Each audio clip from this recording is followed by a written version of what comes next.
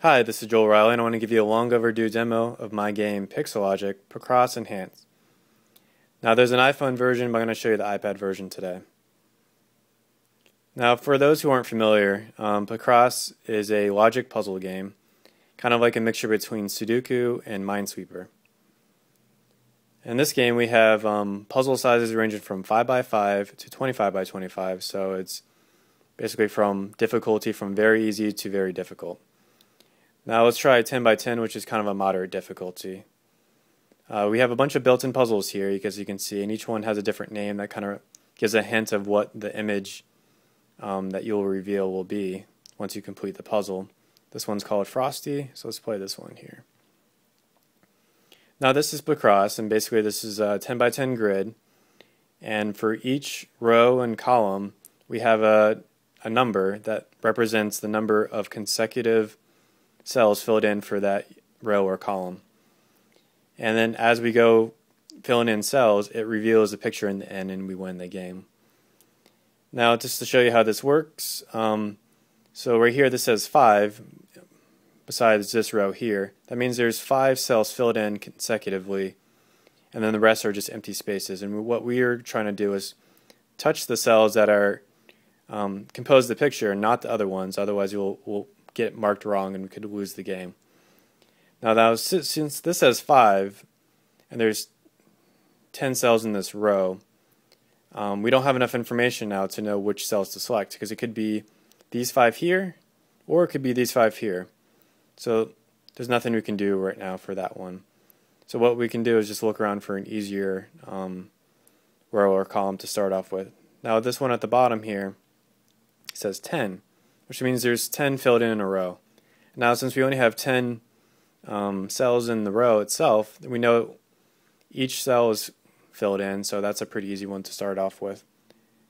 So just swipe here and it gets dimmer, that marks this row complete. Now green cells means we got it correct, and that's a good thing. So we're done with that row and we can move on to another row or column. Now this column says 2, which means there are 2 cells in this entire row that are filled in and the rest are empty. Now we already have 1 cell complete, so we just need to select one more cell for this column. Now since we know that those 2 cells are right next to each other, we know it has to be this one right here, so let's select it, and now we completed that column. And now there's some more difficult hints, which, for example, this row here, and it says 6 and 3, so there's 2 numbers. Now what that means is there's 6 filled in a row, followed by a space of 1 or more, then followed by 3 consecutively filled in a row. So let's see if we can complete this one. Now it says 6, and there's 1 filled in here, so we know the next 5 must be filled in. Okay, now there's 3, so we know this one's a space, because these are 2 separate numbers here. And there's only 3 left here, so this must be it. And you can see we completed those. And it kind of continues on like this until you complete the puzzle. Now if you select something that's not part of the picture, you'll get it wrong. So let's see what we mean here. So this says 4, so we know these 4 are filled in here.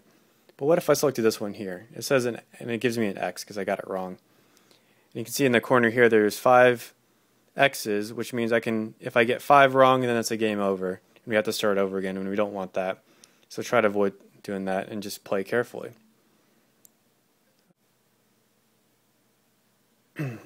So let's try to complete the rest of this puzzle. Okay, we know this one's filled in here. These aren't there, so we know these 5 are filled in. Now here, we know it's either these 2 or these 2 that are filled in, and the only common one is that one, so we can fill that in there.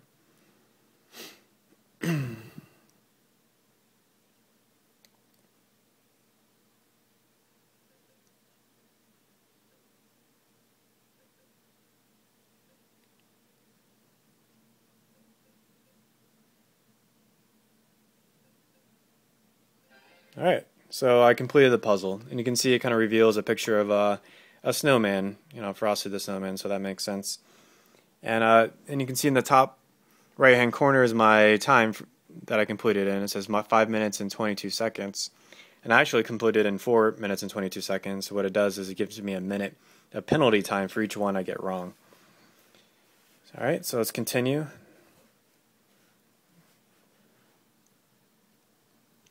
Now let me show you what one of the more difficult ones looks like. So if I select 25 by 25 and select Rhino here. Now you can see there's a lot more going on here. 25 by 25 is much more difficult. And now we can select like that, or for people who don't have skinny fingers like I do, there's an auto zoom feature that you can enable in this bottom right corner, and you select a 5 by 5 section, and it actually zooms in, making it much easier to touch, and you can still see the column and row hints. Oh, I got that one wrong, but you can see what I mean. There's also a feature, a mark feature. So if you select it on the left side here, you can kind of give these black X's, which you can use to mark squares that are actually empty squares, that kind of help you remember as kind of like a little hints in Sudoku. So that's that. Now let me show you actually the coolest feature of Pixelogic is this daily puzzle feature. Now every day there's a new puzzle available for download. Now we come with over 115 built-in puzzles, but this provides a lot extra value because every day you can open up your app and get a brand new puzzle even if you've beaten all the built-in ones. And you can see today's puzzle is Diver. You can hit play.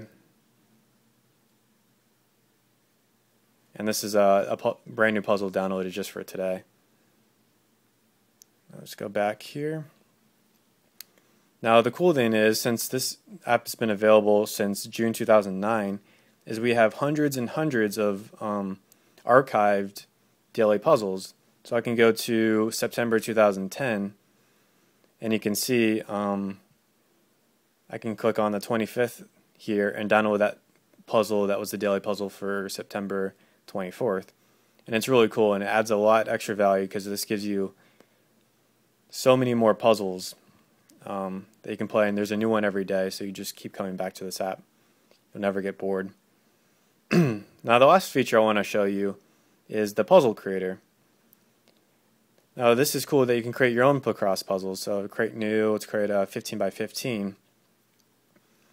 And basically you can just draw with your finger a puzzle, and it'll convert it into a Picross puzzle for your friends to play, or you can actually submit it to our website, and that could be featured as a daily puzzle in the future if it's solvable and it's good enough. So I'm going to draw a little smiley face here. You can obviously be more creative than I am. And a really awesome feature here is you can check solvability. Now what that means is a well-formed Picross puzzle has only one unique solution given the row and column hints, and in Pixelogic we only include puzzles that have one unique solution, otherwise you would have to guess, and that would defeat the purpose of a logic puzzle. So you want to check the solvability because not every puzzle is solvable. And it says, oh, this puzzle is invalid, so what I'll have to do is keep working on it, maybe fill in a few more squares to make it solvable before I submit it. Now if you hit done, you can name your puzzle. So I can name it Smiley.